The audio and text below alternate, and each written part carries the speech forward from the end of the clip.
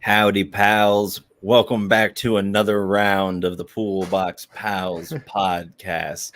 Giddy up, partner. Man, your tone kind of sounded like old radio host of like Storytime Radio. Oh my goodness. That was great.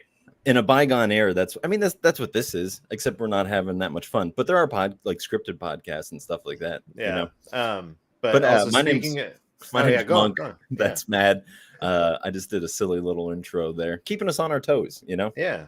But yeah, speaking of like old time radio shows and like how those forged into movies at some point, and like one of the first rounds of big movies were like old westerns. And so I watched this movie last night because well, it's not too exciting. I'll just like, I'm not trying to like amp everybody up for like, oh, Matt has a great movie suggestion. Like, no, this is like, it was a fun movie. I really enjoyed it, and the lead star is Nicolas Cage, and it's fairly recent.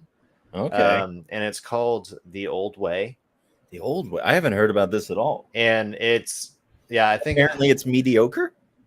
No, I mean like I enjoyed it, but it's just like I was also kind of in the mood for a Western, and it was very much done in the tone of like the Westerns we understand from like, I don't know, the 60s to like the 90s, where it's just like there's all these specific tropes, like the tone of music, the bad guys are always wearing black, like, you know, just those little details in there. And like, I think that was all like a creative choice to shoot it that way.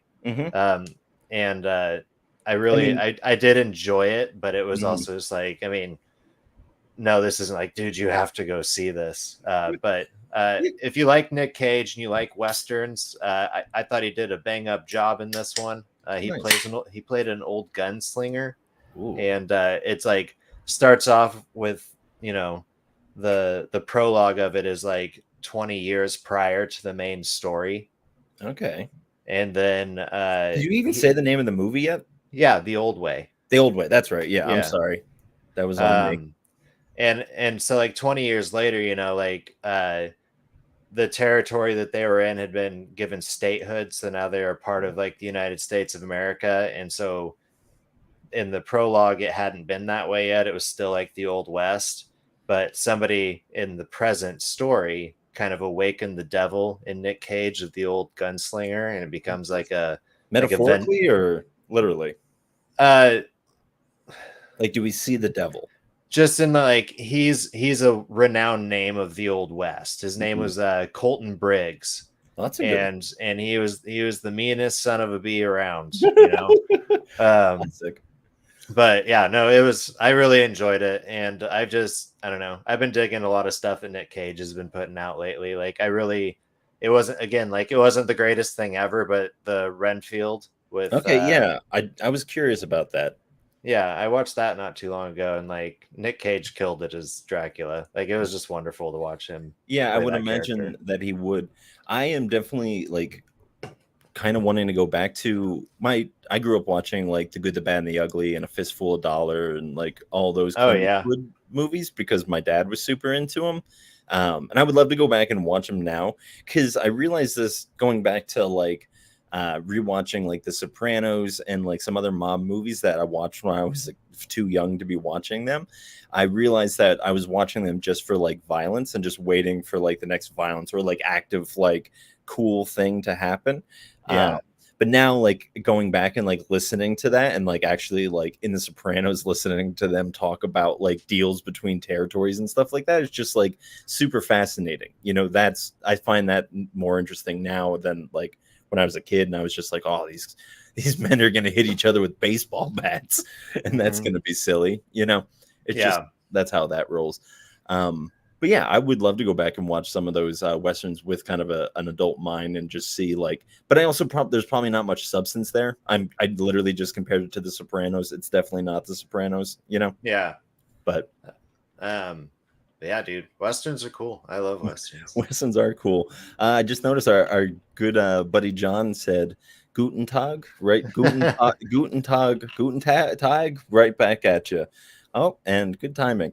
I read Laura 2 so far, and it is a 5-page short story. There are more in it, but it is like a Today teen archive of today. Nice. That's all right. Good right time. On. Thanks, John. Yeah. Well, hey, man. What did you do today that was anything fun? Anything involving a comic book shop, perhaps? I was actually out having fun already. And then I just was like, let's just keep this good time rolling. So let's make it down to the LCS. I can see you in your family, out somewhere, eating ice cream, just doing something fun, and then just being like, it would be even more fun is if we took this to the comic shop. Do your kids get excited about going to the comic shop? No. Yeah, so I have a friend that lives up the street, and they have a 6-year-old boy, and I've been really wanting to take him, and I'm just scared that I'm gonna walk in and just be waiting for him to his mind to explode. But he's a very shy and reserved kid, so I'm sure he'll be very overwhelmed by everything, Yeah. As am I in my 20s when I started going to comic shops, Yeah. But yeah, well, that's understandable. I guess they have the internet. I should give them credit. There are times that one of them or both of them will come with me. And it's just with my daughter, it's when she was younger and she was into My Little Pony, and she would come with me on New Comic Book Day, and she'd see a new My Little Pony.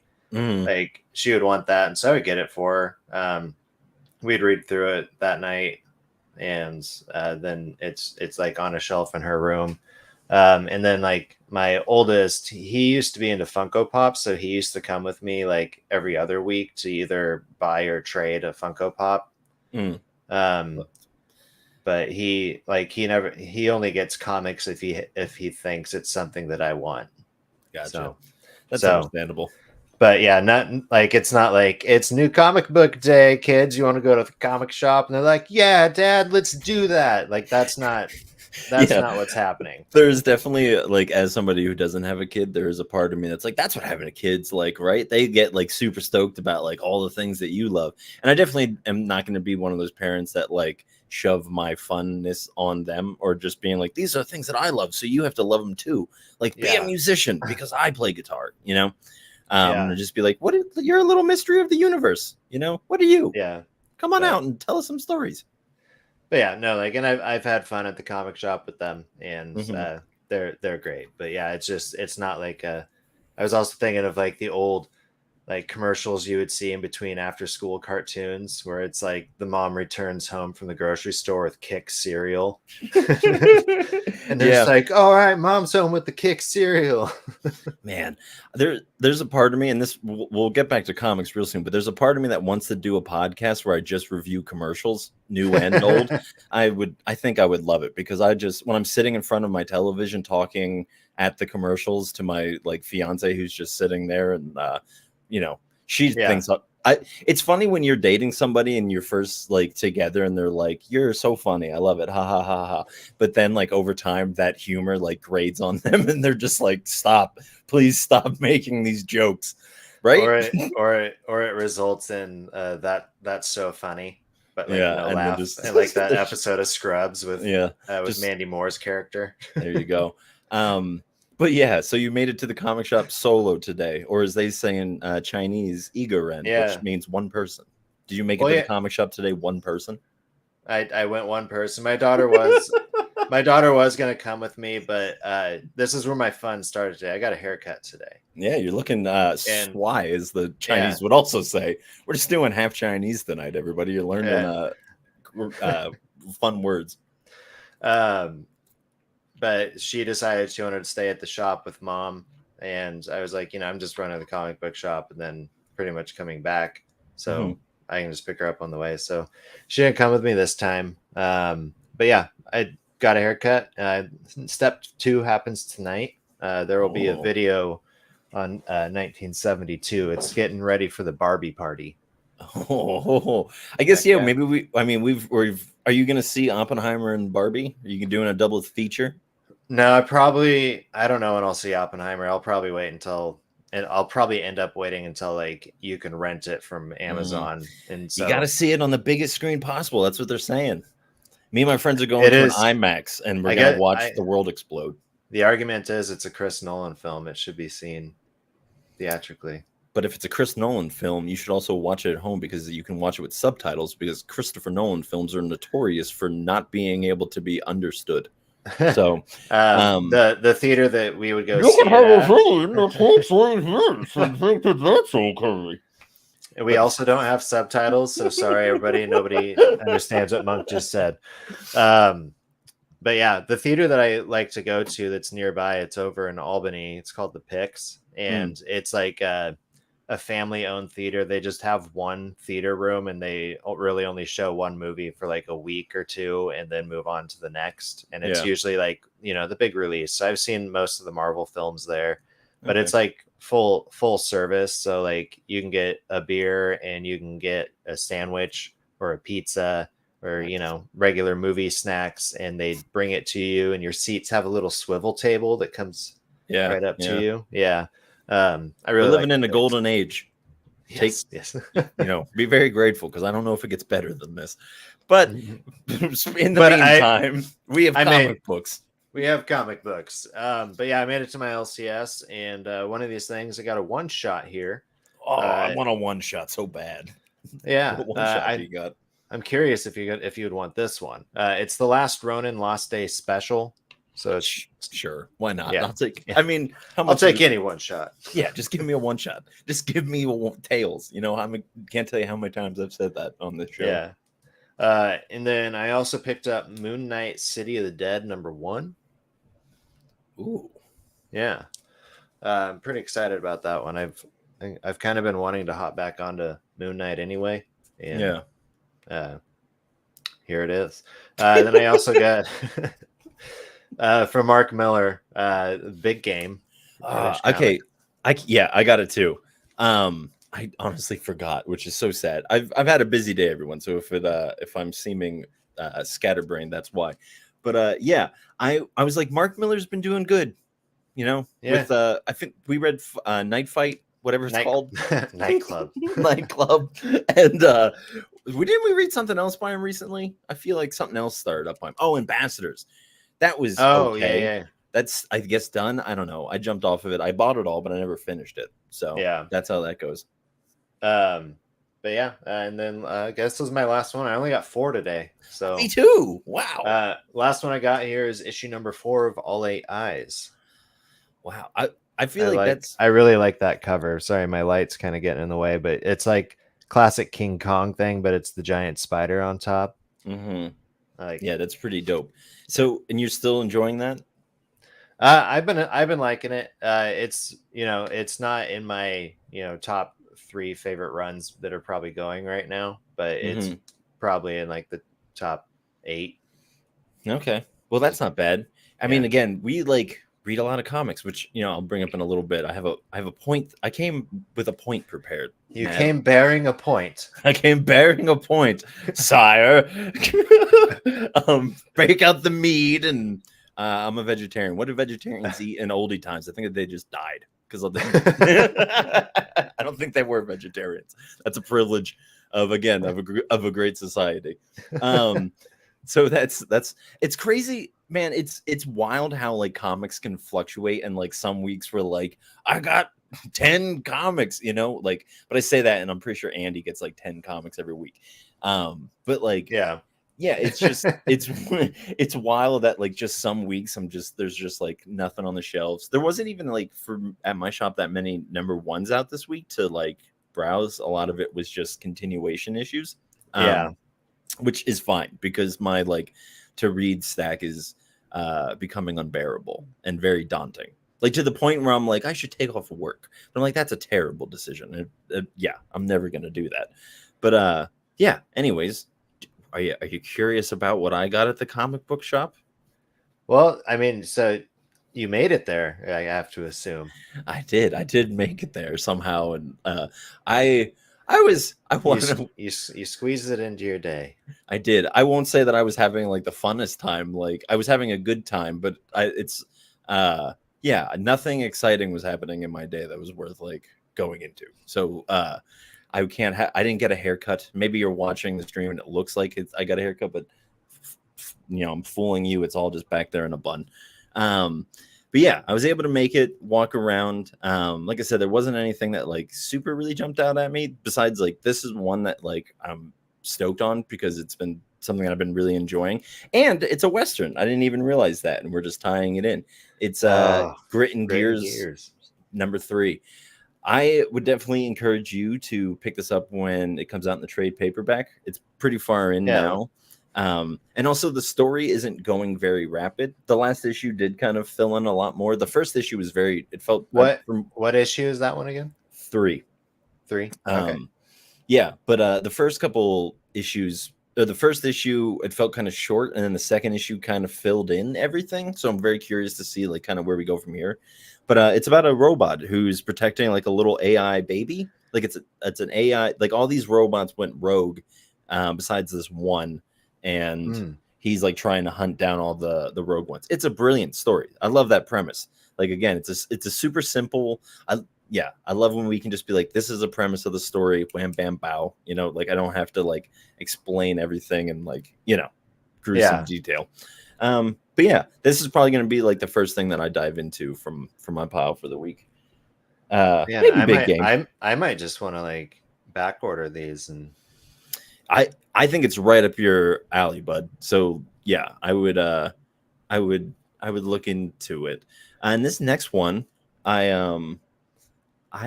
don't really know anything about it, but it came in like a little bag. It's called Don't Avert Your Eyes, #1. And it came wrapped. So I would imagine that there's probably some stuff in here that kids can't see. That's honestly like, it's not a phrase I use a lot, but it is one of my favorite phrases to hear in movies. Is like either don't or like avert your eyes. Oh, I can't say that I ever think about using the word avert. That's just a word that's not. I don't like. It's not like a common use, but like when I hear like avert your eyes, like it's always just like, what? Like you gotta look, Well, yeah. I mean, that's how. Okay, so speaking of great like Western movies, if one that I think everybody should see in their lifetime is Little Big Man. And Faye, I believe Faye Dunaway who's in that, and she says that phrase. She says like, avert your eyes. Oh, wow. I'm glad that stuck with you. Well, it's just the one that like one of the ones that I've heard that popped in my head, but we are also talking Westerns. And when we were talking about Western movies, I was also thinking about Little Big Man earlier. So now I was able to plug it, but that's like one of my all-time favorite movies. So there you go. Yeah. So I don't know. I'm looking at the pub sum for it right now, and it's like ridiculously long, and I don't kind of feel like trying to read it all out. I'm seeing, celebrity socialite, something doesn't believe in very much beyond Instagram comments, hipster drugs, and the flash of paparazzi cameras. So I don't know. It's probably like a new age erotic horror. Okay, so that's what it is. Oh boy. Well, I'm scared.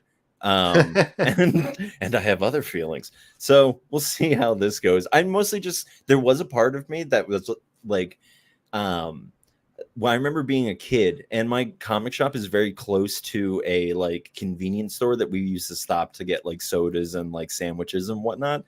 And they would have like, naughty magazines in there, and they would be bagged like this. And I just remember being a kid and just being like so upset, being like, I can never buy that. I'm so young and stupid. And not that makes you anything other than just young. But so now I'm just like, I'm an adult. I can buy I'm a 30-year-old man. I can buy the adult comic.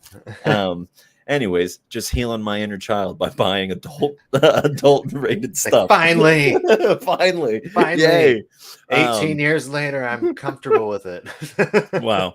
So, the last thing that I picked up was Monomyth. Sorry. Monomyth number 3. Now, uh, I started reading number 2, and this is the point that I wanted to bring to the podcast. So I started trying to read number 2, and I just couldn't remember anything from issue number 1. In issue number 1, they brought together like 7 people who all had like their own backstory and things like that. But at the beginning of number 2, there's no recap or anything. So something happens at the end of issue 1 that's like very traumatic, but I can't really remember what it is or why it's traumatic or whatever, because so much happens in issue number 1. The point that I wanted to bring is that creators, if you're listening, please put recaps at the beginning of your comics. It would help so much. And I also think that it's better to help like clarify what you were trying to relay happened in issue number 1. Because there are times where I read comics like Marvel that have, recaps in the beginning, and I'm like, oh, I missed that. Now that makes sense, or something like that. I think the comic experience would just be better overall if you just took half a page and just wrote out issue, like, this is where we're at so far. I don't see why that wouldn't be anything but beneficial. Yeah. But yeah, so that's just my like suggestion. If you're ever like making a comic, just put summaries. Like, there's no reason that you shouldn't do that, because again, we talked about this earlier. I'm reading, I don't even know how many ongoing series. You're reading how many, and we don't even read that many compared to people that really read comics. Like, I would consider us like very casual, but yeah, so just to have recaps, I think it would be helpful for us little pals out here. So yeah, I don't know. I guess I understand that. Here's the pushback.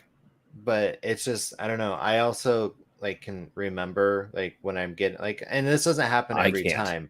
There's been episodes that we've recorded in the past where I've talked about like, I had no idea what I was getting into at this one, but it also had to do with like, I believe it was Chicken Devils, when Chicken Devils number 1 came out, not the first volume. I'm talking 2nd volume. There was such a drastic amount of time between issues 1 and 2, and also 2 and 3, that like I honestly didn't remember what I was getting into. But like with a lot of like the things that do come out monthly, and I guess like, we know, like we've talked about, Aftershocks kind of has, I don't know what they're going through right now, but I know they've had some legal stuff that they've been dealing with, which is going to push their release dates. But I don't know. I think it would. I guess I'm just arguing that it probably has to do with the comic and the way that the story is being told. And there are some that like Chicken Devils would do well to have a recap in the beginning. Sure, I can see what you're saying. That you some comics, I think that you can like just go into it and just kind of like keep remembering. But again, like my point just being like, I don't think it would hurt, because even if people, like it, if you don't want to read it, you don't have to. Like it's not there mandating it. Like not everyone reads the letter section and things like that. They just kind of exist there. It's just like, it's just a thought, because I don't remember a lot of the things that, like, especially if I'm half interested in it. And I think again, like that's a point to be like, have people like have an enticing summary and to draw them in. So, and it would definitely help for like, you're picking up a random issue of something. And again, like every comic is someone's first comic, right? So like if again, like why would you pick it up and not like, and again, like I'm just gonna keep saying this is my only point is I don't see how it's not beneficial, of just having that information there, even of just opening it up and seeing if you want to read that story, like, so I don't know, that's just my 2 cents as somebody who's never written comics but have always really enjoyed, because Star Wars does that too, and I love it, because they do it in kind of the scroll thing. But like again, that's just my thought. But a comic I would say that needs no introduction, though I will introduce it, is this beautiful comic right here, Midnight Western Man. Theater Witch Trial. I've been waiting to like chat about this with you. I was so excited about like picking up and reading it, and like that's like, you know, the post I made was like, I'm just picking this up. I have no thoughts as of yet. I'm gonna talk with Monk about it here. Yeah. But yeah, I like loved everything about it. The cover is just so drawing. It's like it could be a tattoo, it could be a something you hang on your wall. Like it looks like a book cover. That's kind of what like it reminds me of a, what is that? Like a fairy tale kind of cover, something like that. So then it's interesting because it's like a new, like a neo-Gothic kind of vibes, you know? Yeah. Or like Victorian Gothic, whatever, you know? I guess maybe those are the same thing, but like, I don't know. I'm just using big fancy words. But yeah, I just like, it just felt so good to be back in this world because there was some like back and forth at Scout around this comic. And I don't really know much more to that to dive into, but I know that it was just kind of up in the air. Hold the cover up so people can see. Oh, it's beautiful. But yeah, like the full script of the title is Midnight Western Theater Witch Trial, and then this story is called the Born Again Girl. The Born Again Girl. The Born Again Girl. Yeah.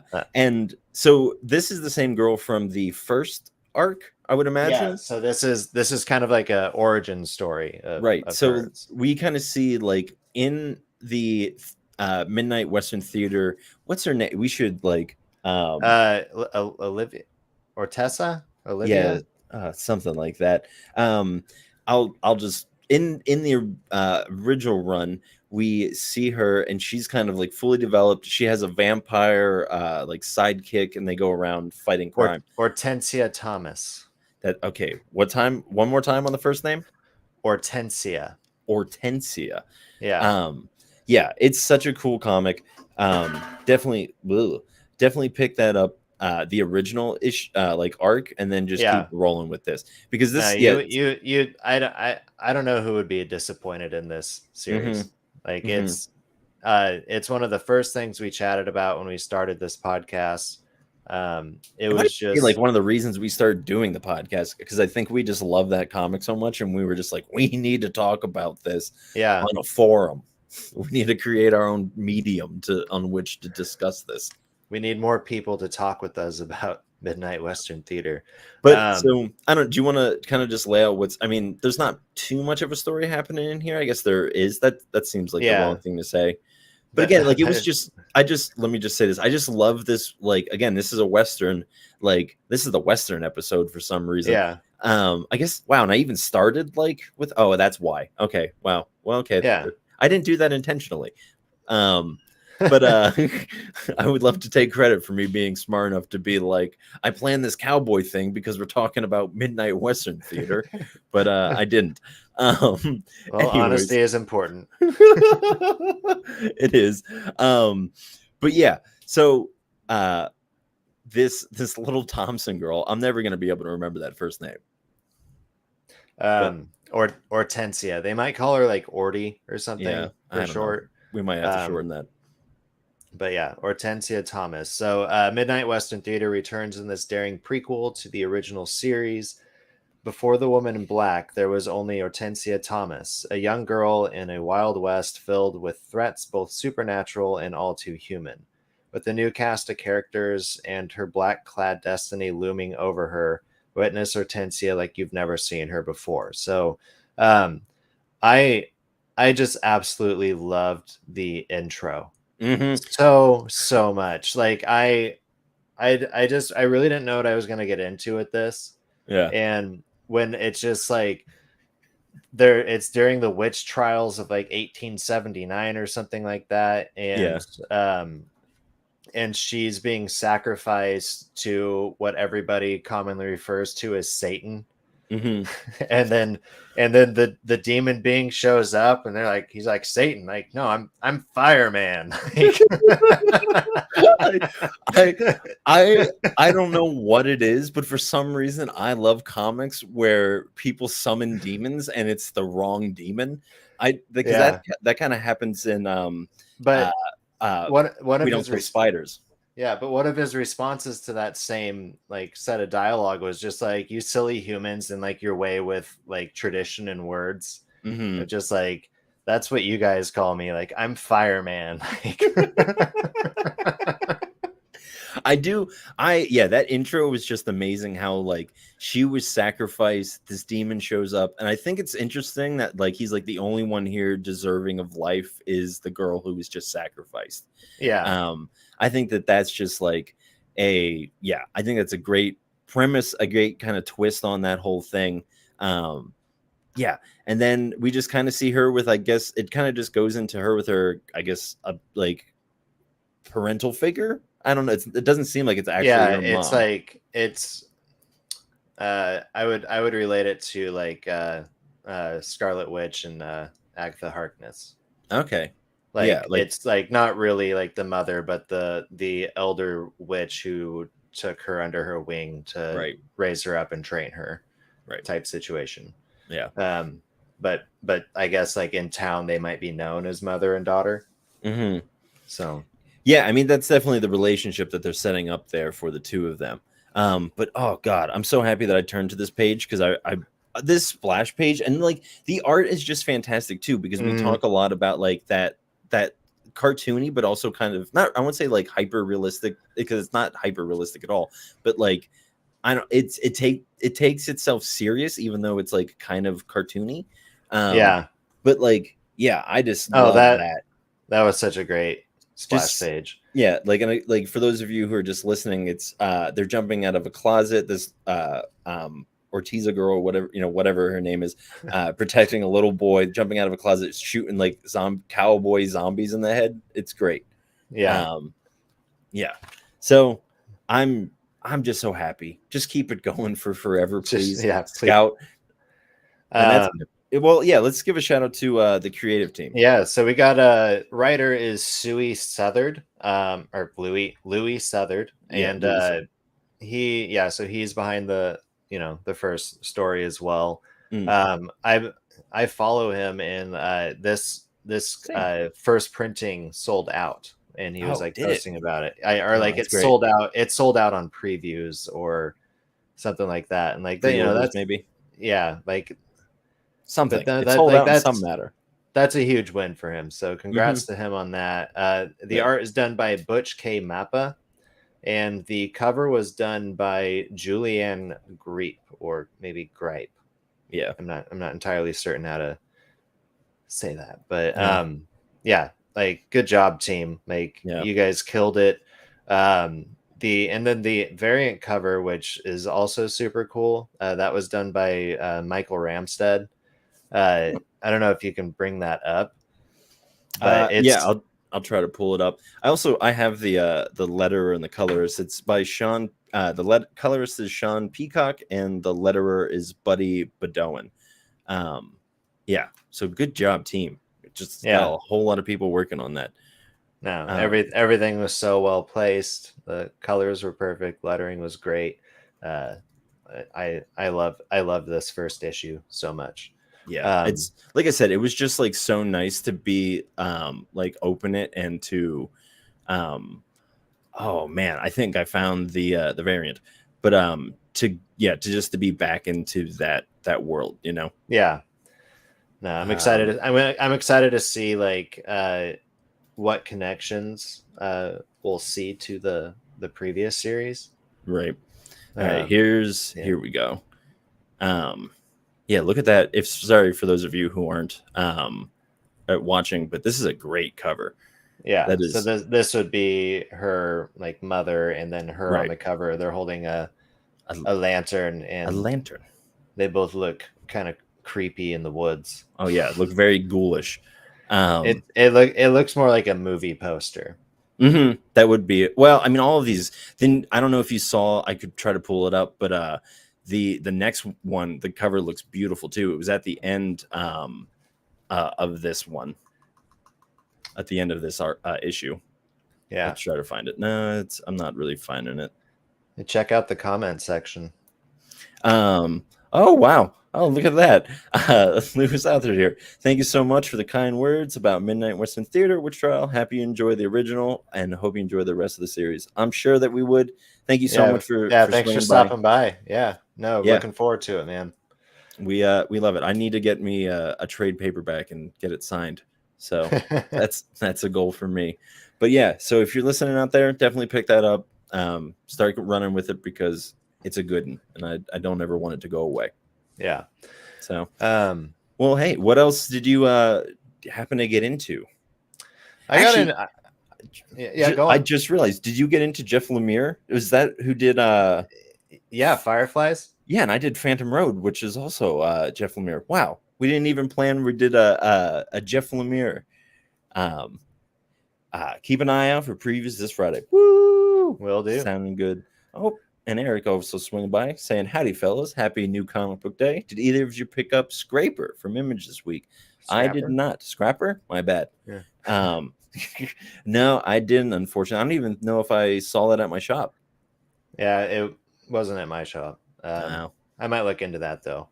But yeah, no, I got in. One of the things I got into is fish flies this week, Nice. and it was Tell me about it.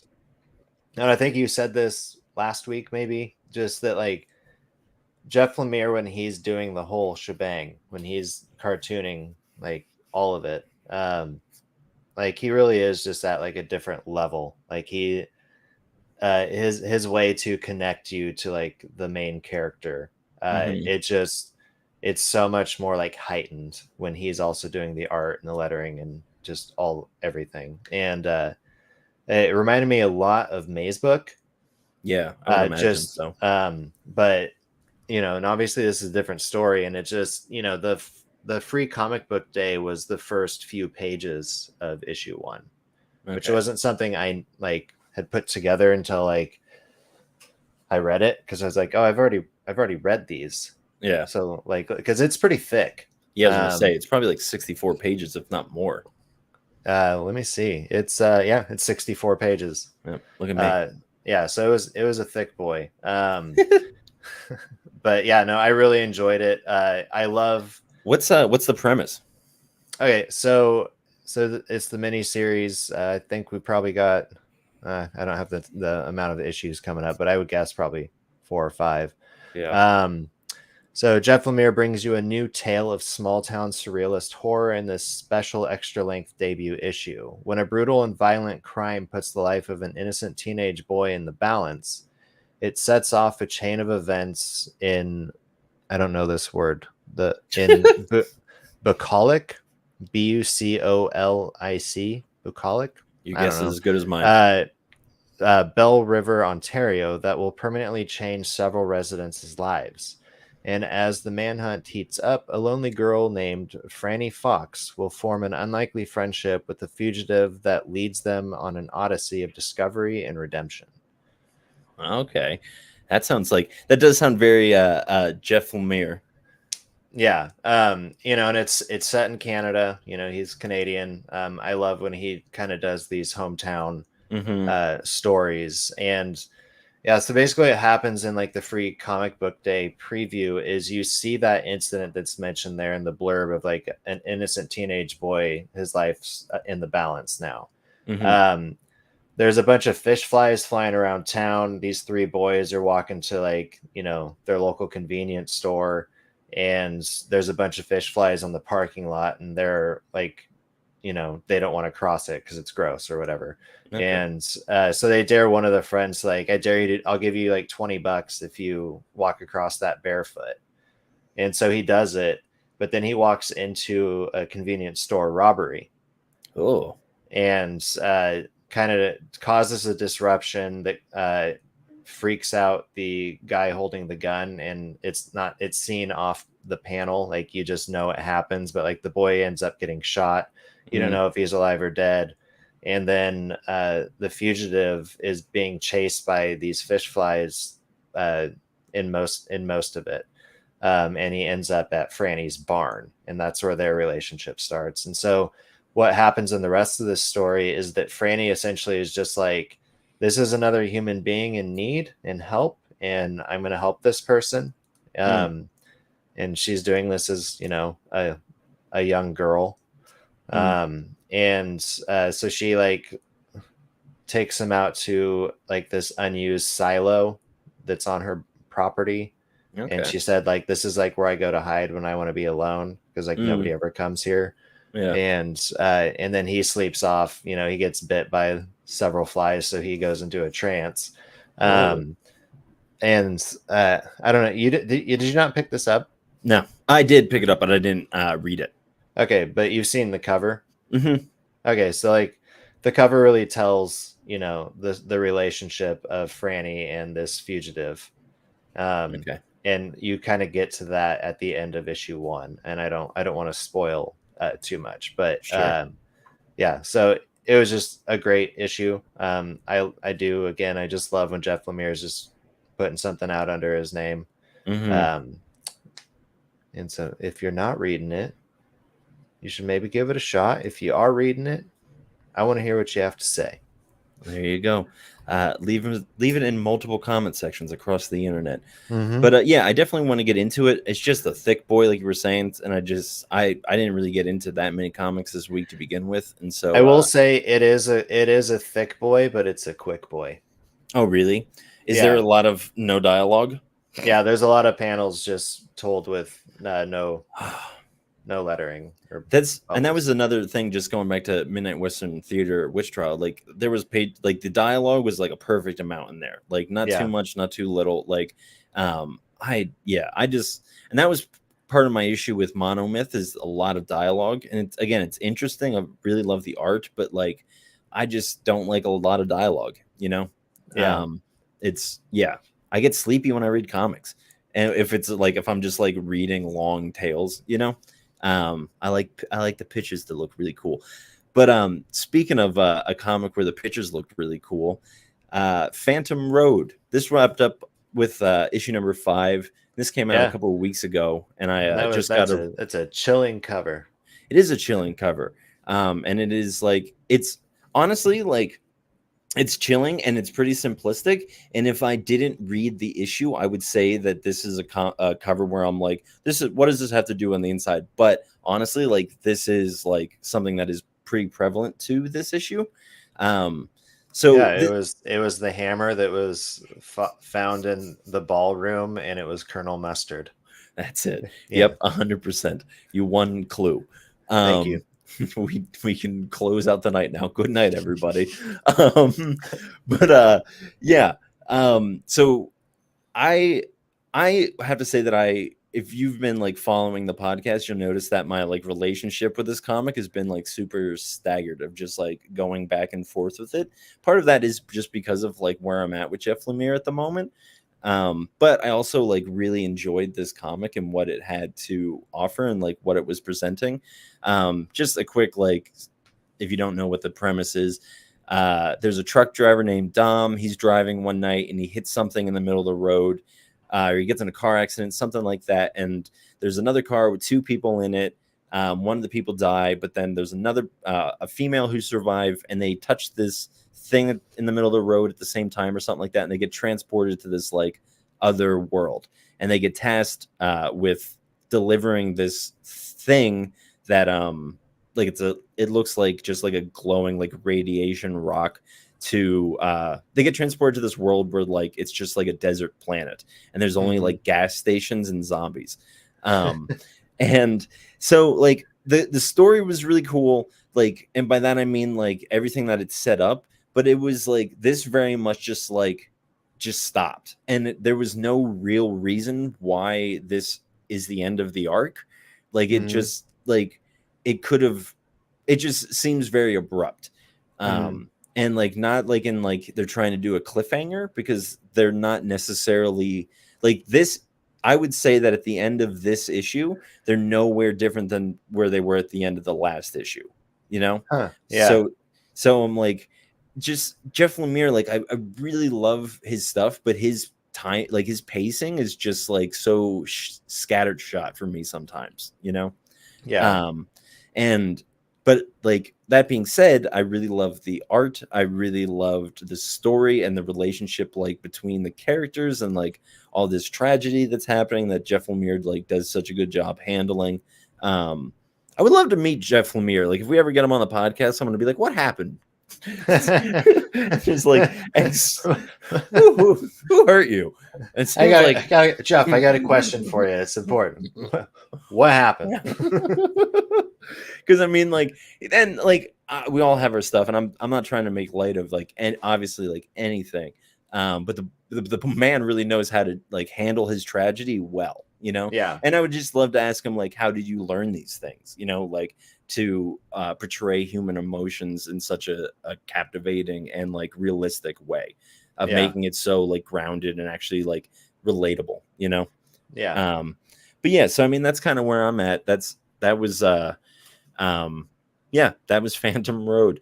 I keep every time I say Phantom Road, I think of oh no, I can't remember that there was a gangster movie with Tom Hanks where he played, and it was called I want to say it was called Phantom Road, but I don't think that's what it is. Anyways, there's a movie with Tom Hanks where he plays a gangster. Is it Tom Hanks? Oh no, now I'm forgetting all this stuff.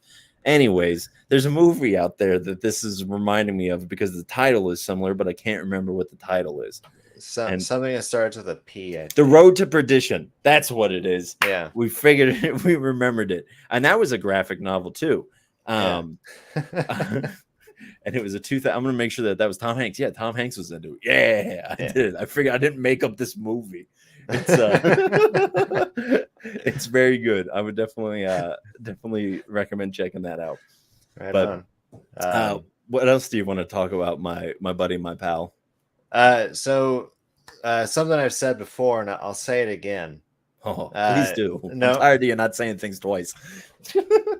No, nobody crosses over like the Teenage Mutant Ninja Turtles. That's true. You have said that before.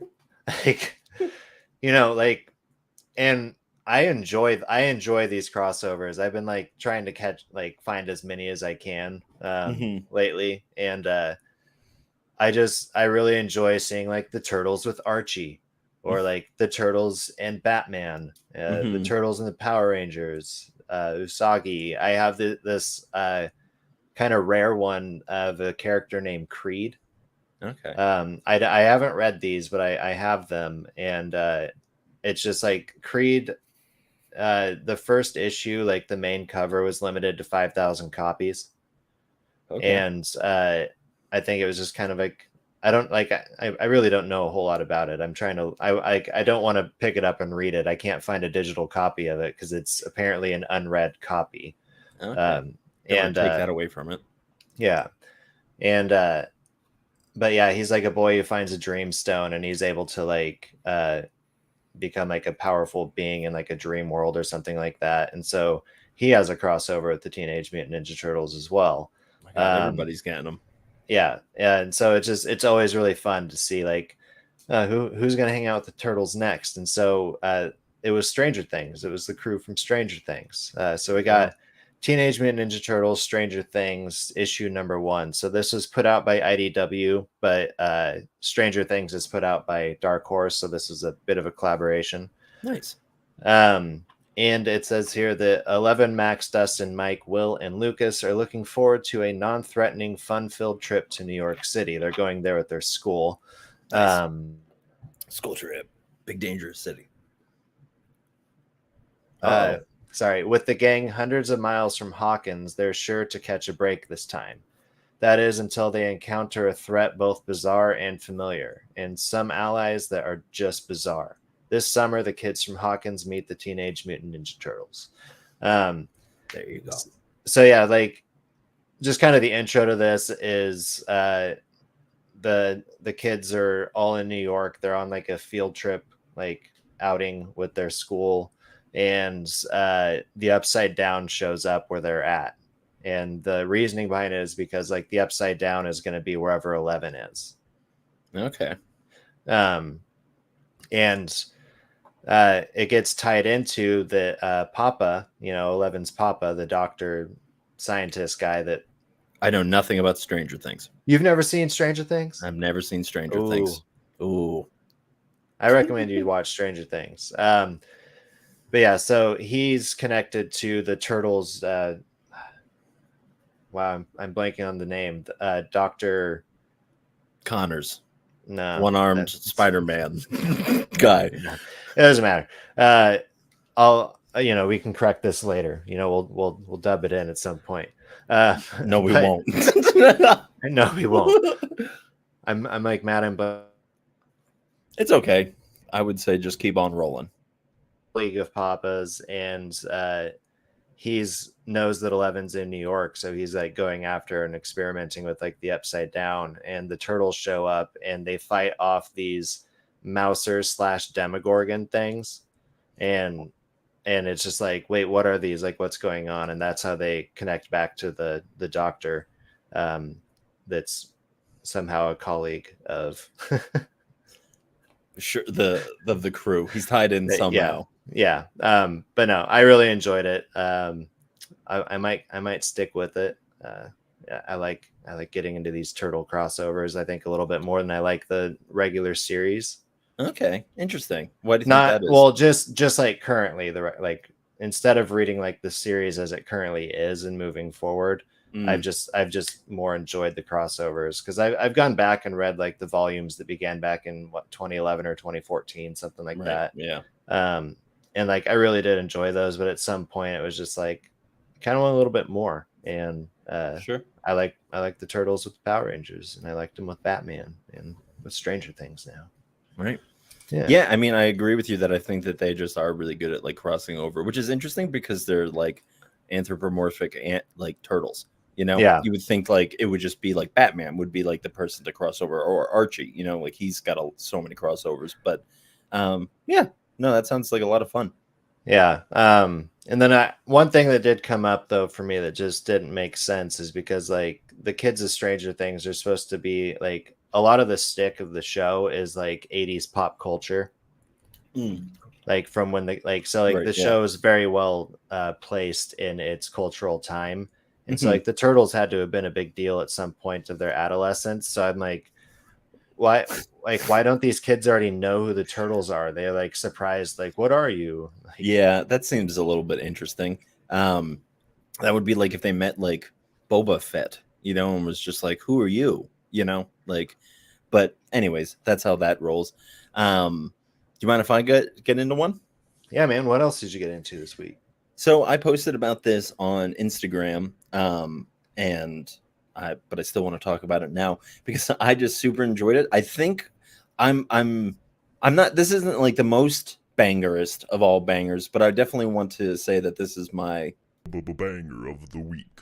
Ooh. Because I just super enjoyed this story. It is Death Comes for the Toy Maker, and so this is like set in some like weird like Nordic version of, I'm sure like it's set in like some actual like mythology, but I don't know it. But essentially the two characters that you have are Death, or like whatever that would be in this, and then Santa. But he's called the Toy Maker, and Death is called like Ew or something like that. Like it has a very interesting name. But the story is kind of talking about how so Santa, he gives Death one night off, and it's the night that he goes around and delivers all the gifts, because he essentially, the naughty list is like similar to the list that he is wiping people out. So Santa has like his own two lists, like the naughty list and the nice list, but where Death has his own list of like people that need to die, Yeah.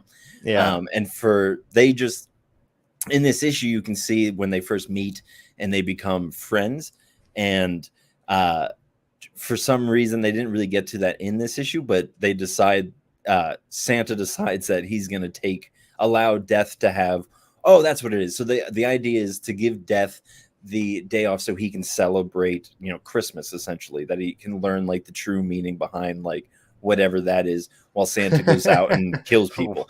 Whatever that is, meaning. Yeah. Yeah. So it was just like, the like art was fantastic because it was even very reminiscent of like, and I know I might just like sound like I'm pandering, but of Midnight Western Theater. But this is also a Scout Comics, so similar in vein. But just I really loved it. They did a lot of like jumping around. You can see Santa and Death fighting here, and it's just super cool story. Very excited to see where it goes. Gave me the Naughty List vibes. Because Okay. it's similar to it's Santa, but like Yeah. a rough and tough Santa. But yeah, super enjoyed it. I feel now that I've talked about it, I feel more comfortable giving that my banger of the week because I just even if like I don't finish it or like go on, it was just a really cool story and a really cool premise to like dive into, Yeah. But That's awesome. You got anything else that you want to shout out? A couple other things I got into this week. I got into In Hell We Fight issue number 2. I've really been enjoying that series. I know our pal Kyle has also been reading it as well, and it seems like he likes it as well. But yeah, it's just there's this group of hooligans down in hell, and they're all in hell for various reasons, and they come across like an angel that was like kidnapped, and so there's like, oh, we need to figure out what to do with this angel, and that's what this issue is about. Was like, what are we going to do with this angel that we have down in here? The angel's name, by the way, is Angel, which was they poked fun at. Like they're just like, oh, like you're an angel named Angel. Like, yeah. Yeah. That'd be like if I was named Human. But yeah, so like the angel gets into a little bit of trouble while they're all trying to discuss what to do with her. With the demon that they left to protect or like watch her, like, and one of the 3 main characters has a real problem with like having this little demon hang around with them all the time because she's got her story that's being unfolded as well. Sure. But yeah, no, I'm really enjoying it. The art is just super fun. It reminds me of like kind of like late 90s cartoon art, post Batman the animated series, more like when Batman Brave and the Bold. Okay. Yeah. Like that animated series, like more of that kind of tone, a little bit brighter, but similar like lines. So I've really enjoyed that, and the writing of it's just great as well. So awesome. Good stuff. I only read one other thing this week, and that was Eternus number 6. I discussed the previous issue last week, so I don't want to get too much into this, but still, same sentiments about it is carrying forward into issue 6. So, and one more issue, right? I believe there's one more. Yeah. All right. Look at that. The only other thing that I got into was Dark Space's Good Deeds, number 2. And this was the same thing that I was talking about earlier. It was just I got this a couple weeks late, so maybe this is my fault. And I could kind of remember what happened so like 2 things happened in the last issue, I think. Yeah. But I can only remember one, and so I just trying to fill in that gap without like having to go back and reread the comic. But I guess I could just skim it, but I would have to pull it out of a giant pile of need to be organized comics. Yeah. Well, and a lot of people who do like reviews of comics, they'll do like a, so what did we read about section of their reviews. Right, and they'll say before, like, if you don't want to know what's in this issue, skip here. And you can go read about our final thoughts that don't give away any spoilers. Right. Yeah. So. Yeah. I just need to start diving into those. I think that would be beneficial. But hey, this seems like this is the only time that this is ever relevant to our podcast. But do you want to saddle up this horse and ride on into town? Yeehaw. Yeehaw, indeed, my friend. Well, hey, where can people find us? What should we be telling the people what to be doing? And saying thank you. Yeah, well, just thanks to everybody who stopped by and commented in the chats. Always appreciate hearing other people's thoughts. But yeah, you can find us on pullboxpals for Instagram. You can find me at Matt_nerdy, and you can find Monk at that Monk guy. We are also on TikTok as the Pullbox Pals. We're here on YouTube as the Pullbox Pals. On Twitch is the pullboxpals, and Facebook as the pullboxpals. So you can, we got them all. If you just look for us on your main social media, you should be able to find us. Maybe I'll jump. I haven't committed to Threads yet, and maybe I'll commit it with our thing and then see where it goes from there. But you apparently, if you try to delete Threads, you also delete your Instagram account. So be warned, everybody. Oh, yeah, good to know. Yeah. Thank you, Eric. Great episodes, fella. Monk, you look like a dragon with that plume. Yeah, it's a problem and it definitely comes. I'm glad you said that because I had a friend who was a bad influence on me when I was a kid, and he smoked. And so I remember one time he just took a big drag of his cigarette and he goes, "Look, I'm a dragon," and then made smoke come out of his face. And that was another formative thing, like along with watching Goodfellas and The Sopranos at my teenage years. But man, it's always good to be back. You are not going to be with us for the next couple of I was going to say issues of the pod. No, I'm going on a little I guess a retreat, but I'm also like working. We're going down to Texas, and we're going to help my father-in-law clear out some of the house that he wants to get ready to sell down there. Yeah. And so we have to make time for that. And so I'm going to be gone for the next 3 Wednesdays. Yeah. So we have some fun stuff lined up for you. We got some old friends, maybe some new friends swinging by. Pals, I should have said. We got some old pals, new pals swinging by. But make sure that you check out The Road to Perdition. We've recommended a lot of movies today, but The Road to Perdition is a very good movie. That just came out of nowhere. I made you look very confused, Matt. Me? Yeah. No, I just looked over and saw that I still had it up on my Google. So it's just like, hey, remember to check out this movie. It's a good one. Tom Hanks. When has he ever let you down besides maybe Pinocchio and Elvis? But what do I know? I'm not a film critic. I'm here to say one thing. And what's that? Tell me. I was going to say, do you have anything else you want to say before we don't hear from you for like a month? Tell something. You love them. I do love them. I love y'all. But yeah, also if you're listening to this later, thank you on Spotify or wherever you listen to your podcasts. I appreciate it. Just make sure to leave a like and a review if you can. That'd be great. And Monk's got something to say. I do. I was going to make a muscle thing and then pretend to kiss it for some reason while you were talking. That's not what I normally say at the end of these. It is, I haven't read comics like these in years.